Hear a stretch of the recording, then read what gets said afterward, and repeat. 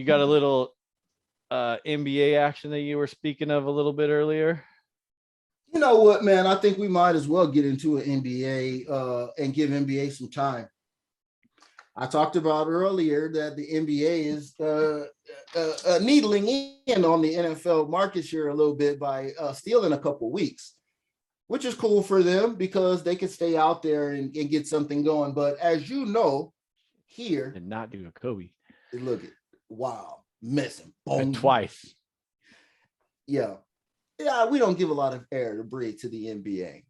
Mainly, there's no franchise here regionally for us to discuss, and nationally, who cares? I mean, and I mean, I'm trying to reach out to the Portland market, man, but Blazers fans, stand up, call in with your Blazers questions. We'll let you know what we need to do to get Damian Lillard on the right path. Warriors came right out, got rid of the curse. They got their rings and won. Something that people don't generally do. They always get the ring and then effectively lose. You know why they won? Because they play the Lakers. Yeah, I mean, you got to set that up beautifully with you play the Lakers on ring kickoff. Night. Yeah, you play the Lakers on ring night. You got Russell Westbrook. You don't want to dap people up at the free throw line. He don't want to go in when people are going huddle up. He's literally standing off to the side looking the other Already way. He's being a nuisance like that? Yes. Like I'm purposely not listening to you with somebody pulling your jersey like this. And Good he's Lord. sitting there, the hands fuck is on, game hands one, on bro? the knees, like I'm not. No, I'm not listening to you. I'm not going over there. This is going to be bad. This is going to be bad. They have to get him out of there because it's just not going to work. They're trying to move him to 6-man and have him work a second team to make him happy, so he can run a second team, and then they'll put LeBron and Anthony Davis and put Patrick Beverly out there. Okay, as much shit as he started, they just want a shit starter out there playing point guard with the rest of them running the first team, and then have Russell bring energy on them. And he's not having it. He's talking about he don't know what to do during opening warmups because he's used to warming up. Now you don't have to. Now he's talking about, oh, I might get hurt like this. Jesus.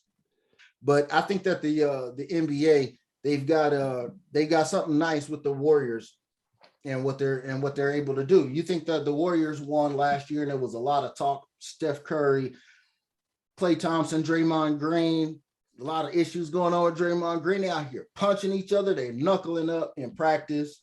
Videos out there.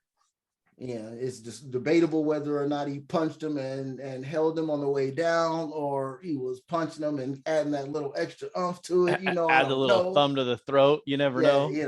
That's up for debate. They have guys that didn't even play last year that were number 1 draft picks that are going to now be into the rotation heavily. So there's no other way to look, to be honest with you, than that. Zion's back. Zion is back. Zion played, bro. 25 points, I believe. Come on, dog. I'll tune into Zion. I mean, yeah, I definitely will. Tune into Zion.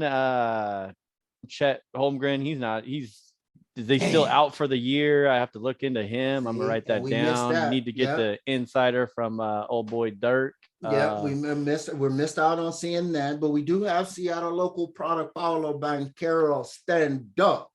First game out, he's doing LeBron type things. He did the 25-5 thing, where did he? Nice. Yeah. Oh, you remember the old Nikes, the LeBron they came out with after he hit the 25-5. It was a regular LeBron, and then they came out with a 25-5. It wasn't fly. It was a good work shoot, but it wasn't fly. But anyway, yeah, you don't have him behind you there on the. Nah, hell no. That would not get no shelf time. Not at all. But they beat Brooklyn too. So at the same time, I mean, that fucking fiasco is already up in arms with Durant and Kyrie and freaking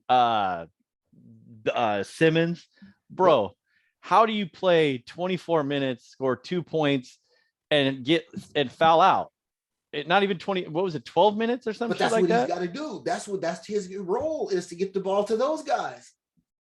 You don't have to worry about shooting. Just get it to those guys. They'll score 80 points by themselves. Those two.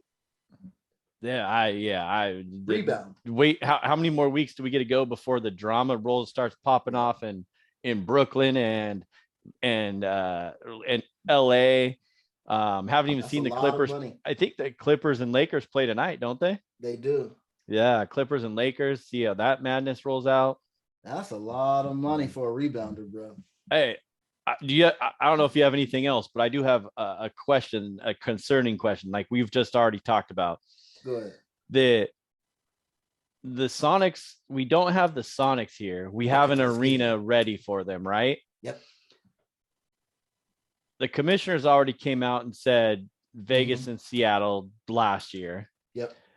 Were they going to wait for the 3 arenas in Vegas to get built before they decide to bring the Sonics back? Because how long is that going to take? Because I guess there's like at least a dozen plans for arenas, and they're going to actually going to build like 2 or 3 of these things. That's wild. They can do concerts in them. They can just build them. They got money. They just throw, projects together. But what you trying to tell me that the T-Mobile joint where the Knights play at it ain't sufficient enough? Right, makes 0 sense. The Knights play there. Okay, I know the Aces play there. Do you guys are NBA affiliates? Where do they play the summer league games at? The Thomas and Mack. Oh, okay. Never mind. Yeah. But I mean, back in the day, they could have did Thomas and Mack. They could have cut a deal with the college and they could have used the arena, but they would have bogarted their schedule. So they wouldn't have done that. So now you already have a place, arena where basketball is played. And if you're scared that it's women's basketball, right? You have a professional men's franchise that went to the Stanley Cup that plays there too. So it handles real life situations. Correct. You can just name the franchises now and say beginning 2024, right? So that way they can get in the draft. You start it rolling, man. I think get the Sonics, get the Vegas team going, and you're good to go. What the fucking round? It's rich people. Who are we going to allow in the mysterious club? Not Daniel Snyder. Hey. I don't even know, but I mean, LeBron is talking about he wants the one in Vegas. I don't know what the hell that means. Yeah, how that's gonna work. And that's all it is, because we were talking about the whole Walmart situation, the whole thing with what's going on with Stan Kroenke, the Rams, and all of that. And Ballmer, he's out here. Ballmer's out here buying up the Forum so he could put another basketball arena there because he doesn't want to play in Staples Center crypto whatever with the Lakers. Yeah, he don't want to do it. No, he wants to still. Yeah, he talked about building his own thing too, right? Yeah, he already did it. So now they talking about the breaking ground. I think it might have already happened, but yeah, it's wild out here. But yeah, like I said, they I don't understand the machinations. They have to go with it. I think that they probably got a lineup of people that want to be NBA franchise owners. It's just whatever their criteria is, probably. Yeah, that's all it is. Because you trying to tell me that it's not a bunch of people lined up saying if they said we have 2 franchises that we need ownership for, put in bids, that they wouldn't have 50 people lined up immediately. For sure they would. Oh, definitely. They'd be ready to rock and roll. That's a club that there's only a few people in. Yeah. I mean, I tell you, it's got to be a better club than old boy from the Hornets last night. That club that he was at, that must have been a good club, but that must have been a hood club because, and you know how I love shenanigans. The dude that I said, and it's funny because I remember saying this on draft night. I think it was last year when we were doing draft or texting her anyway, but I was like, this dude James Booknight, man, that dude's a bucket. He's like from Providence. I'm telling you, man, in the tournament, I saw a game and he was balling. He gets drafted by the Hornets. Yeah, he gets found in a police car on the side of the street, on the side of the road, gone. Food all on his face, fast food bags all over the place, and a pistol in the car. Oh my gosh. I didn't see all that. Yeah, they go, hey, man, get up. He doesn't just get up and do a James Bones Jones and go, oh, shoot, I'm in jail. I got to go to jail. I got busted. This dude fires the car up. Police said that Bouknight, once awake, refused to comply with commands and appeared confused for several minutes. They said he sat and ate food inside his vehicle and then proceeded to crash into two police cars. One in the front and the other in back. He was trying to get away cop style. He has an NBA contract, bro. The kids, man, kids these days. Kids these days. Hey, man, I didn't see that whole story. That one definitely beats the dude who had the bong mask on draft day. That beats that. We need to bring back the fucking moron of the week. We had Seg moron of the week, that's or light whatever. Work for you. You can find idiots all over the place. I'm sure there's a genius just waiting for you to call them out every week. I'm telling you, the people probably are going to. And the fans are pretty good at that. You know, we're gonna have some fan nonsense. You might even get submissions for this one. They're gonna be like, yeah, shout out my check homeboy. This out. Yeah, shout out my homeboy. He's an idiot. Use the hashtag Stix and Sports, and we'll take your submissions for the moron of the week or whatever we decide to call it. We'll have to come up with something. But yeah, man, NBA, like I said, this is probably the most air that NBA is going to get. The NBA might go back to getting 60 seconds, man.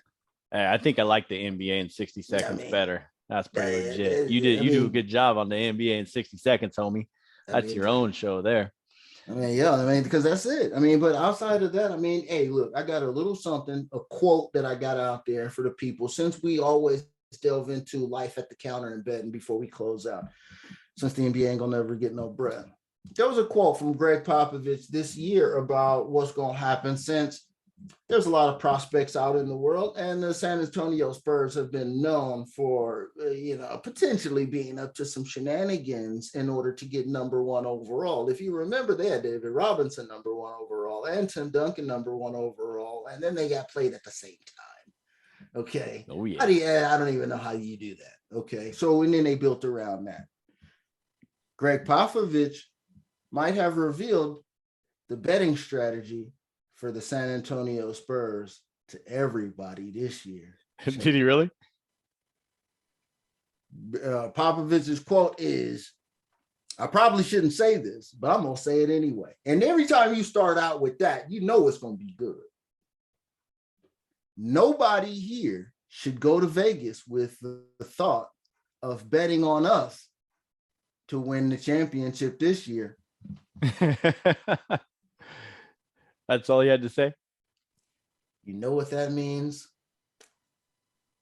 They're tanking for the guy. They know that they suck. Greg Popovich is an OG. You know what that means? He just told you. He doesn't play around. Take your money to the counter. Fade the Spurs. He just told you, straight from the mouth of the coach. We ain't trying to win. No, we're just going out there attempting to see what we got. If there's anybody to keep, it's going to be a 82 game tryout. Dude, I need that type of realization and realism in my life. Well, you better. We're not trying to win. Better start tracking. I'm telling you, watch this. I'm telling you, I'm going to be on that. I can't believe this dude said that. I says, oh, really? Is that right? I don't know how I go about playing this. Does this mean under points? I'm sure this means under wins, but what is the win total? And I didn't look that up. I'm sure it means not covering. You know what? I think it means fade them in the second half. I think maybe. I don't know. And when if they might be close to winning, they might just start going, let me take all these guys out, whatever guys they got, because I don't even know anybody. I don't know anybody on there either. Yeah. Shout out to Vinny Del Negro. Vinny Del Negro and Manu Ginobili and Avery Johnson and Bruce Bowen. And, I like the Tim Duncan and the Admiral David Robinson. I remember that Admiral card. Shout out to Boris Diaw. Well, brother, bounce out of here and get on with the day and see what's I know you need to hit that NHL slate.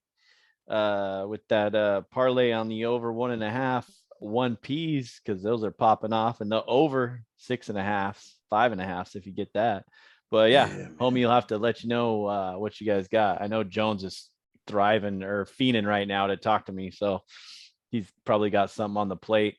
Let me know. So hey, thanks everybody for listening. We appreciate y'all.